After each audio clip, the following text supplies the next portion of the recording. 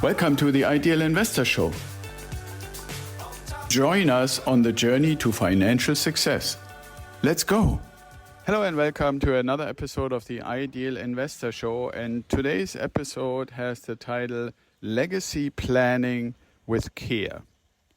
Now, if you're building something that's meant to last, you need tools to protect it. I actually created an online program that you can find both on Udemy and on Humanities team. If you actually do it, which I would encourage you to do on the Humanities team, they do something really cool, especially when we're talking in the context of legacy building and you want to also give, not just, pay for something to receive. Then that would be a wonderful opportunity to go to Humanities team and then look for either my name, Axel, or the Ideal Wealth Grower, and you will find it there. So today's episode, like I said, is legacy planning. And what I mean by that is if you really think a little bit longer term, bigger picture, I can take the example that my grandson doesn't know it yet, but one of the properties at least that we have in our portfolio, that's for him, or it may even be for his kids, right? Now, why am I saying this? Because obviously my daughter has seen me and my wife building our portfolio on the way towards our time freedom point, basically for the last 12 to 15 years. And she has obviously asked several times, hey, Dad, what are you doing? Why are we buying these properties? And what is this thing about property management that Ma is always talking about or complaining about the property taxes going up? We're having our house. What about all these other properties? And so over time, and as she got older, I explained to her what we're doing, why we're doing it. She has seen the book. I don't know if she read it, right? So she is aware, but now she has a son. And he is just not even 2 years old, so he's obviously not aware. But the whole idea of legacy building is to build a portfolio that doesn't just last for as long as you and your partner live, but that lasts basically multi-generational. And when you ask yourself, what are the things, what are the assets that could actually make that claim credibly and historically? One of the things, and this is probably part of the reason why almost anybody who is successful in the world owns real estate in some way, shape or form, in some way, shape or location, is because everybody knows that especially if it's built and maintained well, a property like a house or a duplex or anything like that typically lasts easily for 100 years. And if you build it right, like now that building codes are getting better, if you look at, for example, 3D printed homes, and there are episodes here on the show about that, you will see they're basically built out of concrete. They're not going to go anywhere. If you buy anything like, for example, in Europe, everything is built either out of cinder block or out of concrete. And there are many, many buildings there that are hundreds of years old. They're not going to go anywhere. So if you look at the typical time span from a legacy perspective and you say, okay, well, nowadays we have a reasonable expectation to our life to be 80 years. And you know for yourself how old you are and what the expectation is, how much longer. Then you have your kids, and depending on when they were basically created, they might be anywhere between 18 and 25 years younger. Right, so you add that to the time that you believe you still have. And like in my case, now we have a grandson who is basically not even 2.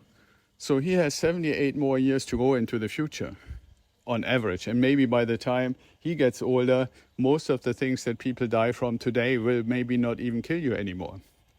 Right, so that might be a topic for another episode. But the point is, it is totally realistic to say the time horizon that I, for example, looking at the fact that we started about 15 years ago, he has 78 years to go. That's basically 100 years, right? And so that's basically what we want to do, and we need to look at how can we do this.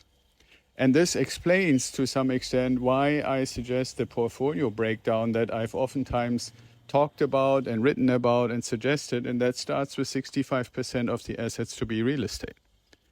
Right, and I mean real estate that you really control, where in our case, we can hand over the control through our family trust to my daughter, and she can ultimately hand it over to her son, and he can turn it over to his kids.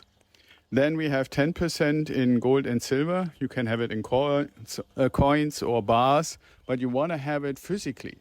Not some ETF stuff or so forth, but the actual gold. So that if something happens, you have those assets. And I know some people might say, yeah, and the government has actually sometimes forbidden for people to have them. Well, that's just one of those things, what you have and what you actually disclose are two different things. If you have them, you have them. If they're in some kind of bank system or some ETF, in my opinion, you don't really have them. Now, then on top of that, you should have about 5% Bitcoin, right? And so if you add that together, that gets you to 80%.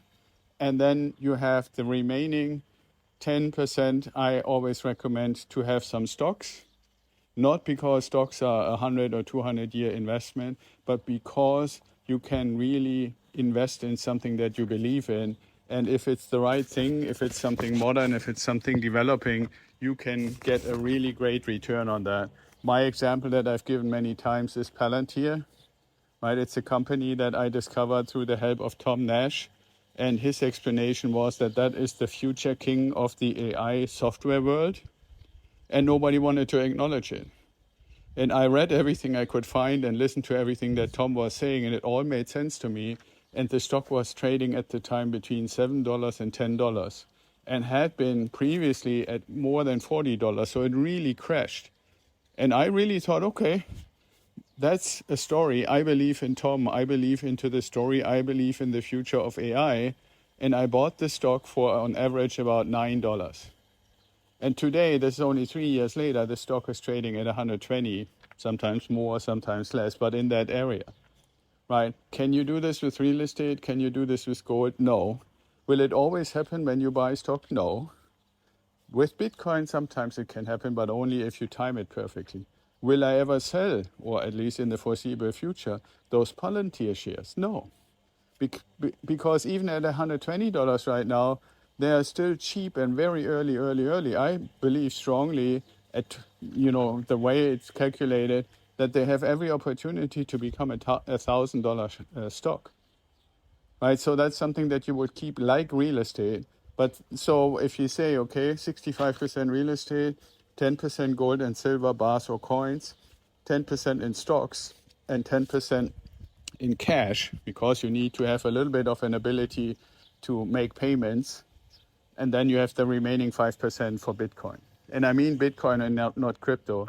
So that's basically the breakdown, and that's the breakdown that we are using. And then on top of that, from a legal structure, and that's why I said you have that video course, you have your family trust and your LLC and your series LLC structure. So all those things together, that's the structural components. That's basically the house that you build structurally to build your legacy with care, not just for yourself and for your immediate family, everybody you know, like in my case, my daughter and my grandson, but whoever is going to come in the future.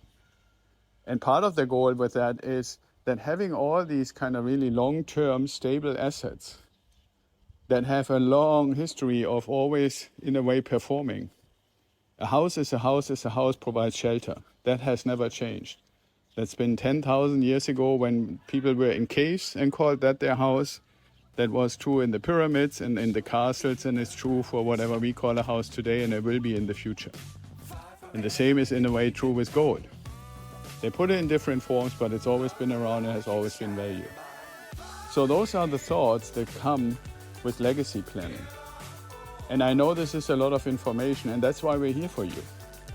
I want you to be triggered and inspired and intrigued by what you hear in an episode like this one, and then reach out and let's have a conversation, because I know about it, I'm practicing it, but I'm not doing it all by myself. We have lawyers and trust fund developers and foundation experts and so forth that we hook you up as a member in our mentoring community, and they help you set it all up just the way I have.